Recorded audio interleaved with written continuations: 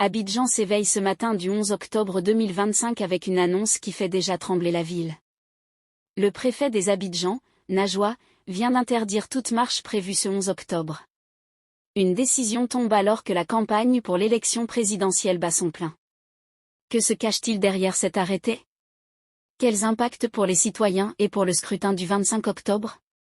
Aujourd'hui, sur OID Afrique TV, nous allons décortiquer cette mesure et ce qu'elle signifie pour l'avenir politique de la Côte d'Ivoire. Cette décision s'appuie sur plusieurs textes légaux, la loi N 6184 sur le fonctionnement des départements et préfectures, la loi N 20144451 sur l'organisation générale de l'administration territoriale, ainsi que des décrets de délégation de pouvoir et de nomination des préfets.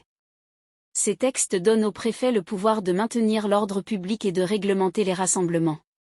Mais interdire une marche, surtout en période électorale, peut soulever des questions et alimenter les tensions dans la capitale ivoirienne.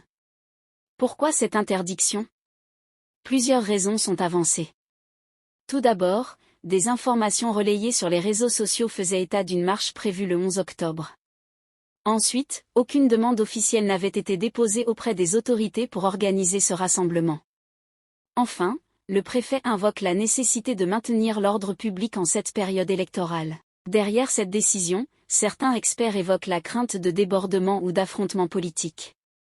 La tension monte, et la décision du préfet pourrait être un message fort pour les acteurs politiques comme pour les citoyens.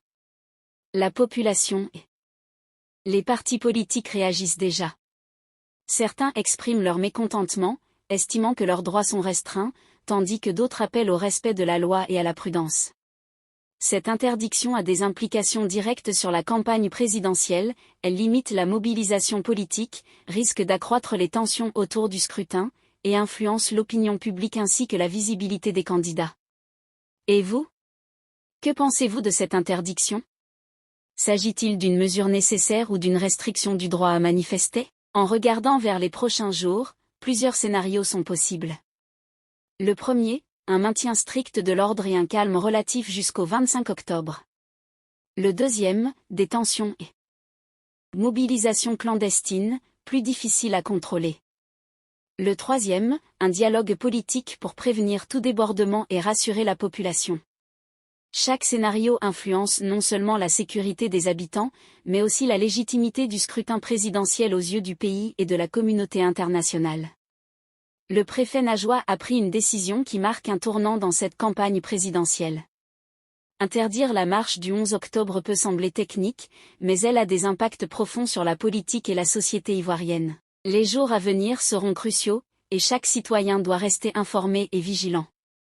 Partagez votre opinion, pensez-vous que cette décision protège la ville ou limite vos droits?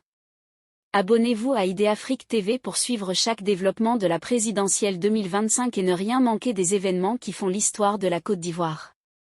Si ça vous a plu, n'oubliez pas de vous abonner et de cliquer sur la cloche de notification pour ne pas rater mes prochaines vidéos.